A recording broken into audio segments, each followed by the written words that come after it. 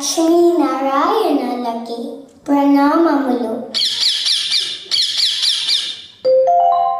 ఏంటి నారదా ఇలా వచ్చా?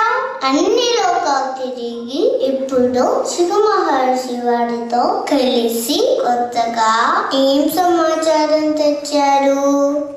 నారాయణ నారాయణ ప్రభుని తెలియని వాణిని చెప్పేవి. అయినా నన్ను మాతాగారిని చేసి సంసారం పడిలో పెట్టింది మీరే కదా ప్రభు. మీరే కదా మగు గారికి కాళ్ళు నొప్పొస్తున్నాయి, నా రెక్కలు అలిసిపోతున్నాయి.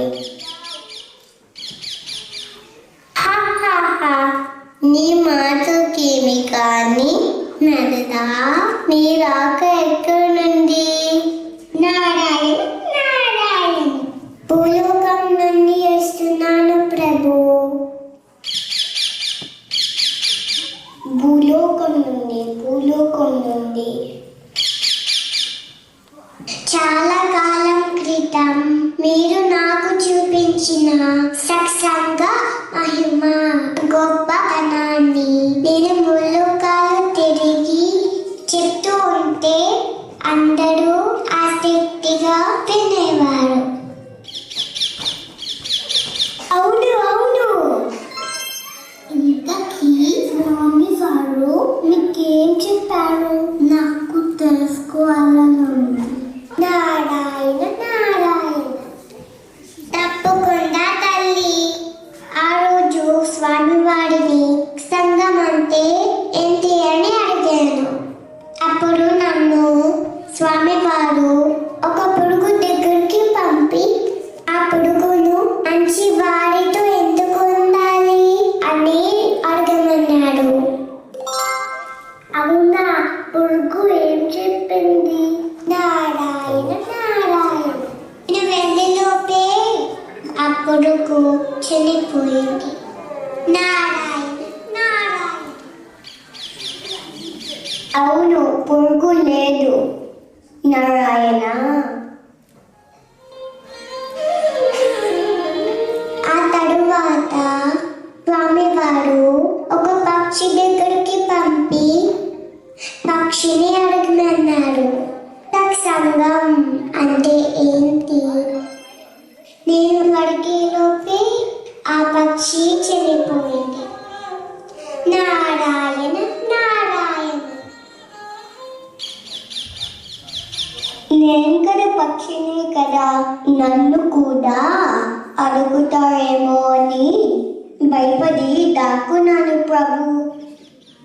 పాపం ఆ పక్షి. ఆ తరువాత దూర దగ్గరికి వెళ్ళాను. ఆ దూరని అడిగాను. ఓ, దూడ చెప్పిందా? నారాయణ నారాయణ కదా తల్లి, ఆ దూర కూడా చనిపోయింది. నారాయణ నారాయణ నిజం చెప్పాలి అంటే నేను చాలా భయపడ్డాను. విష్ణుమూర్తి వారు నన్ను పరీక్షిస్తున్నాడు అనుకున్నాను. నేను కూడా చాలా వణికిపోయాను ప్రభు. నారాయణ నారాయణ చివరికి అప్పుడే పుట్టిన బాబు దగ్గరికి పంపాడు.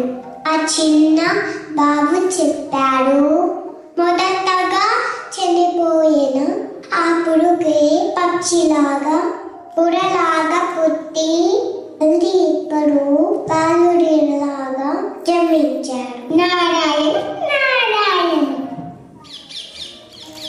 అవును, ఆ పురుగే ఆ చిన్న బాబు. నారదా, ఆ పురుగు నీతున్న కొన్ని క్షణాల పుణ్యం వలన మానవ రూపం పొందింది. నారదా, మంచి స్నేహంతో మొదటగా కష్టం వచ్చినట్టున్న చివరకు ఫలితం గొప్పగా అవుతుంది. పురుగు, పక్షి, దూద అన్నిటికంటే చాలా పెద్ద కష్టం అయినా చావుని అనుభవించి మానవ రూపం పొందాయి. నరదా, ఇందాక నా మీద నింద వేశావు. నీ సంచారం పని వల్లే కదా ముళ్ళొక్కాడు సత్సంగం గురించి తెలిసింది. మన సుకుడి చిలుక పలుకవని కదా భూలోకంలో అందరూ విన్ని పాటిస్తున్నారు. నారాయణ నారాయణ. నిజమే ప్రభు, కానీ ఇప్పుడు నా మాట ఎవరు వింటున్నారు? అన్నీ తెలుసు అనుకుంటూ మంచి చెడు అనే ఆలోచన కూడా లేదు స్వామి. ఆ పురుగు మనిషిలాగా పుట్టాడు అని చెప్తే నువ్వు నా మాటలకి నవ్వుతున్నావు. నారాయణ నారాయణ.